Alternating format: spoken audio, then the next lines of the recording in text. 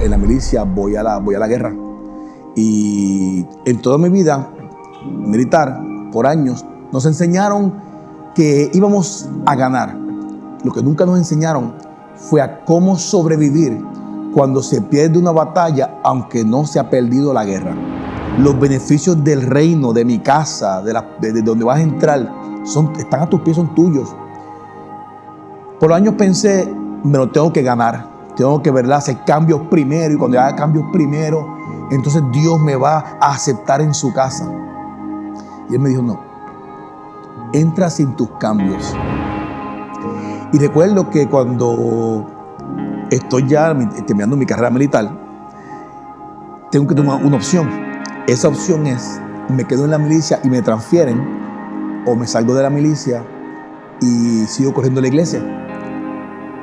Le hablé con mi esposa y le dije, tengo que dejar la milicia. Tengo que terminar mi carrera militar porque ya está el pastorado y ya Dios nos tiene en su mano, ¿verdad?, en lo que es el caminar del pastorado. Y esto es lo que hay que hacer.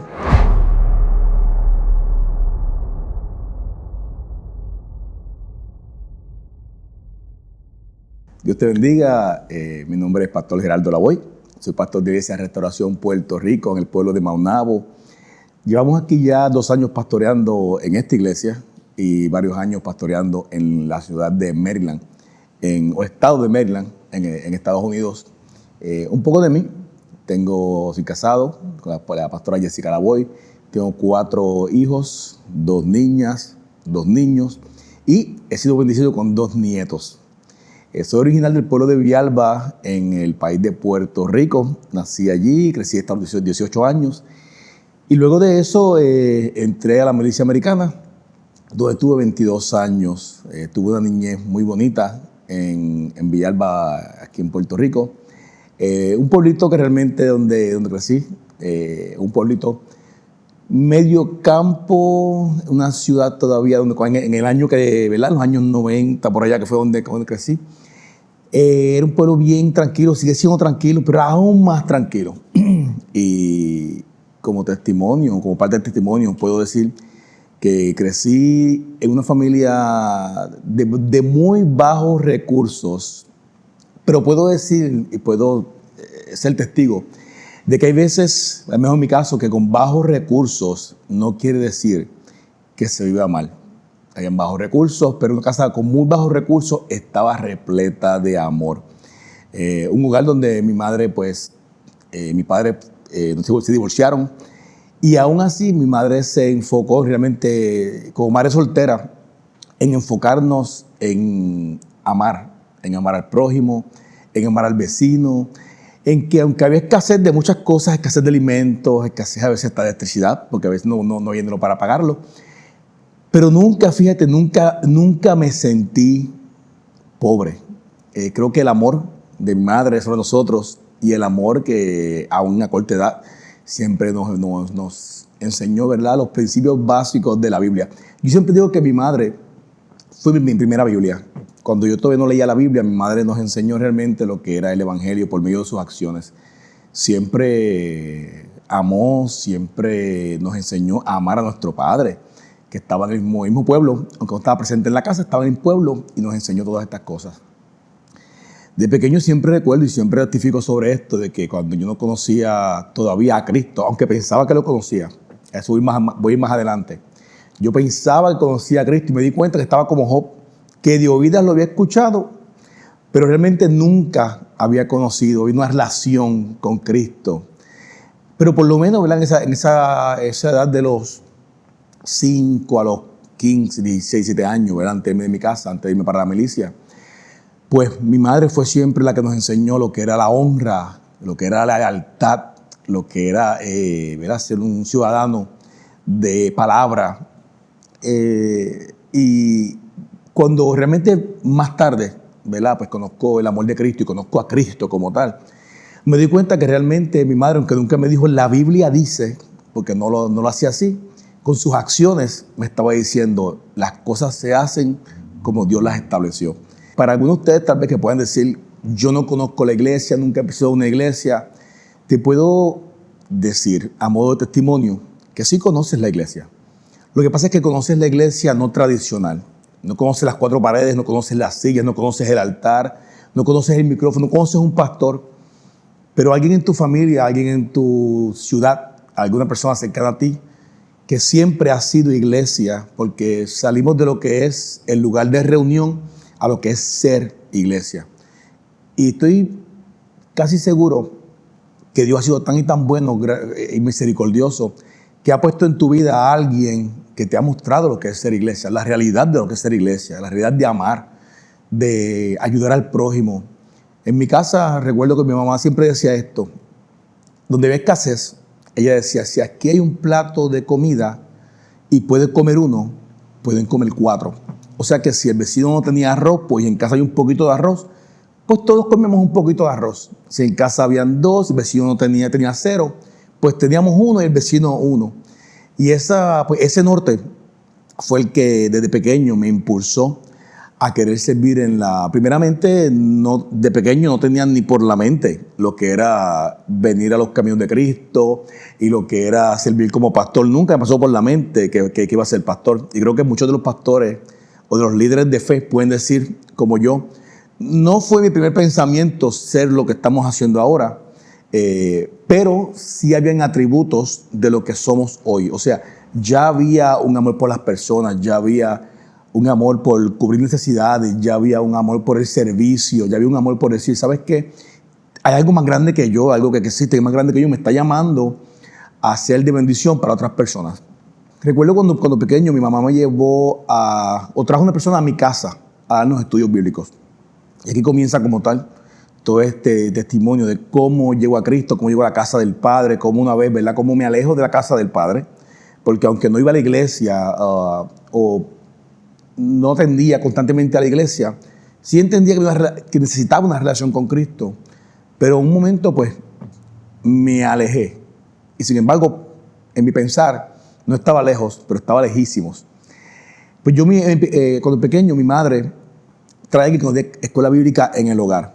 Lo que sucede es que yo ya a los 13 años comienzo a darme cuenta que la clase que me estaban dando y la Biblia como que no iban en acuerdo. La Biblia me decía una cosa, el maestro me decía otra, y comenzaron mis preguntas acerca de, no creo que, ¿verdad? No quiero centrarme simplemente en lo que una persona me diga. Y más tarde, ¿verdad? Como pastor puedo decir que eso es uno de mis cuidados, asegurarme que lo que salga por la boca sea realmente lo que la Biblia nos está diciendo. Porque para mí eso fue un golpe bien fuerte cuando dije a mi mamá, no quiero más estudios bíblicos. No creo que son lo correcto. Y pensé en ese momento, dije, me alejé de la iglesia. Y efectivamente no fui más a la iglesia. Pero crecí y entré a la milicia pensando, bueno, no voy más a la iglesia, pero tengo una relación con Cristo y realmente Cristo me conoce y Él me ama y mi relación con Él pues está intacta. Y había lo que hace el enemigo. Así como el enemigo, ¿verdad? Le apareció a él y le dijo, mira, le dio una media verdad, ¿verdad? Pues yo vivía en una media verdad. Y el problema es que una media verdad es una mentira. Y la media verdad era esta. Cristo me ama, sí es verdad. Cristo me perdona, sí es verdad. Cristo está ahí para mí, sí es verdad. Pero la mentira era, hay una relación con Cristo, no existía. No existía porque mi única vez que yo iba a orarle a Jesús era cuando estaba en problemas. La única vez que leía la Biblia era cuando de vez en cuando decía, pues déjame abrir un versículo aquí, abrir la Biblia así, ¿verdad? Como que, y el versículo que ponga el dedo, pues es el que me ministra. Pues esa es la relación que había. Mientras pasan los años, ya sentía, ¿verdad?, este llamado al servicio. Creo que por eso fue que entré a la milicia. Desde niño quería servir en la milicia y entré a la milicia. Y creo que, como muchos de nosotros, lo que me atrae nuevamente a la casa del Padre era la necesidad en mi vida de sentir un lugar, lo que llamamos una base segura. Base segura que realmente no tenía, que muchas veces la puse en personas, muchas veces aún en mi esposa, que es una buena esposa. Pero como base segura solo puede ser Cristo. La base donde cuando algo me duele, ¿a dónde yo corro? Pues ya no es a mamá y papá, yo corro a Cristo. Cuando algo me perturba, ¿a dónde corro? Pues tiene que ser a Cristo. Esa base segura me hacía falta en mi vida y estaba bien quebrantado. Esto sucede cuando yo en la milicia voy a la guerra. Y en toda mi vida militar, por años, nos enseñaron que íbamos a ganar. Lo que nunca nos enseñaron fue a cómo sobrevivir cuando se pierde una batalla, aunque no se ha perdido la guerra.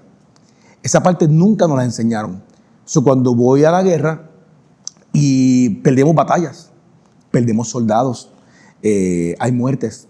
Entonces mi mente no puede computar, está peleando con, se supone que yo estuviera de victoria en victoria, pero me he dado cuenta que en medio de esta guerra que estamos luchando, que era la guerra literal, habían batallas que estábamos perdiendo. Y aunque la guerra seguíamos ganándola, en muchas áreas, mi mente no podía procesar el por qué sucedió esto. Cuando regreso de mi primer tiempo en la guerra, 18 meses en Irak, cuando regreso, entonces entro a lo que le llaman el evento, el PTSD, o Post Traumatic Stress Disorder, o una situación que pasa con la mente cuando pasas por una situación traumática. Y entonces comienza a pasar lo que yo nunca esperé. Cuando regreso de la guerra, mi esposa ya había regresado a los caminos de Cristo. Ella era cristiana de antes de conocerme y ahora regresa a los caminos de Cristo. Y cuando yo regreso, o antes de regresar de la guerra, le estoy pidiendo a mi esposa un divorcio.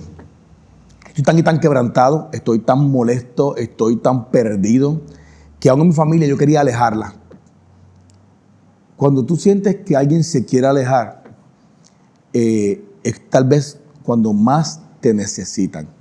Yo necesitaba de personas en mi vida, pero estaba tan y tan quebrantado que lo que quería hacer con mi molestia era alejar personas que me amaban, alejarlos de mi vida.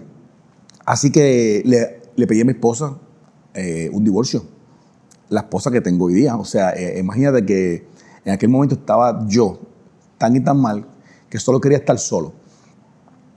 Cuando regreso, me doy cuenta que la esposa que yo dejé cuando me fui para la guerra no es la esposa que yo tenía cuando yo regresé de la guerra. Una mujer bien cambiada, una mujer bien certera de sus convicciones, una mujer que amaba más a Dios de lo que me amaba a mí, y eso siempre va a ser un plus en una relación, cuando la persona ama más a Dios que a ti, porque si sabe amar a Dios, te va a saber amar a ti. Entonces, lo que sucede entonces es que cuando yo llego de la guerra, ella me dice, bueno, vamos a hacer algo. Me das 30 días en el hogar y si tú sientes, después de 30 días, sientes todavía que te quieres divorciar, pues entonces lo hacemos. En ese momento yo dije, bueno, son 30 días, eso es un mes rápido, vamos a hacerlo. Y en esos 30 días, ella se ocupó de por 30 días mostrarme a mí lo que yo necesitaba, que sobrepasaba a ella misma, que me hacía falta lo que ella había encontrado. Entonces mi relación, comienzo yo a mirar lo que ella está sintiendo, la paz que se encuentra en ella, comienzo a tratar, y esto es verdad, testimonio para muchas parejas que también están pasando por esto, en donde tal vez tu esposo o tu esposa está pasando por una situación bien difícil y tú ves que ha habido un cambio en la persona y pensamos, wow, pero ¿qué es lo que está pasando? ¿Por qué todo esto se está virando? Y realmente es el quebrantamiento. Pero en vez de pelear conmigo, y miren que le hice la vida de cuadritos, en vez de pelear conmigo, lo que hacía era que producía más amor, y producía más paciencia, y producía más gozo, y producía más paz. Hoy lo entiendo. En aquel momento no entendía que esto es el fruto del Espíritu, que esto no era mi esposa amándome, era Cristo amándome por medio de mi esposa. Era el Espíritu manifestándose por medio de ella para mi vida, para decirme, como no me puedes ver a mí, como todavía no me reconoces como tu Señor y Salvador, tienes que reconocerme por medio de alguien, la manifestación de la gloria del Señor dentro de una persona produciendo el fruto del Espíritu. O sea, estoy comiendo de un fruto el cual yo nunca sembré. En analogía, ¿verdad? Vamos a poner que alguien sembró un árbol de naranjas y ahora el árbol produjo naranja y me estoy comiendo un fruto que yo nunca sembré, nunca vi la semilla, nunca regué el árbol. Pero cuando el fruto sale y es bueno y lo estoy probando, me estoy dando cuenta que yo quiero ser algo que produce ese mismo fruto. Porque ese fruto me está ahora llenando mi vida, me está dando me está dando vitamina, me está dando vida, me está dando luz, me está dando esperanza. Y vuelvo y repito, no se trata de la persona. En este momento, ¿verdad? En esta etapa de mi vida, Dios usa a mi esposa para mostrarse Él por medio de ella sobre mi vida. Lo que pasa ahora es que yo todavía no me atrevo a preguntarle a ella cómo ir a la iglesia. Llevo años alejado de la casa del Padre, alejado de la presencia de Dios, llevo años. Pero sí me di cuenta de algo. Me di cuenta que la relación que yo pensé que tenía con el Señor nunca había existido. Que Él tenía una conmigo, pero yo con Él no tenía una. O sea, me di cuenta que realmente la misma relación que yo tenía con mi Padre terrenal, que era una de que yo sabía que en mi cumpleaños de vez en cuando aparecía, pues traducí esa relación a mi relación con el Padre celestial. Que el Padre celestial quería estar presente para mí, pero para mí la idea de Padre era una idea de que es de vez en cuando. Es cuando se puede, es cuando hay un evento especial, pues me enseña a manejar el carro de vez en cuando. Pues esa relación quebrantada en mi vida la traduje a mi relación, o la trasladé a mi relación con el Señor. Y primero tiene que sanar mi relación con el Padre celestial, para luego sanar mi relación con mi Padre terrenal. Y así mismo fue que Dios lo hizo. Primero sanó mi relación con Él. Y lo hizo de esta forma. En mi casa yo siempre hacía fiestas con mis amigos, venían sus esposas, y mi esposa, que ya estaba en la fe, ¿sabes lo que hacía? Ella simplemente estaba conmigo durante la fiesta. Ella nunca me dijo, no hagas eso, no hagas lo otro, sino que ella estaba en el lugar y seguía siendo su identidad intacta. Y yo estaba notando, aunque no lo hablábamos, lo estaba notando.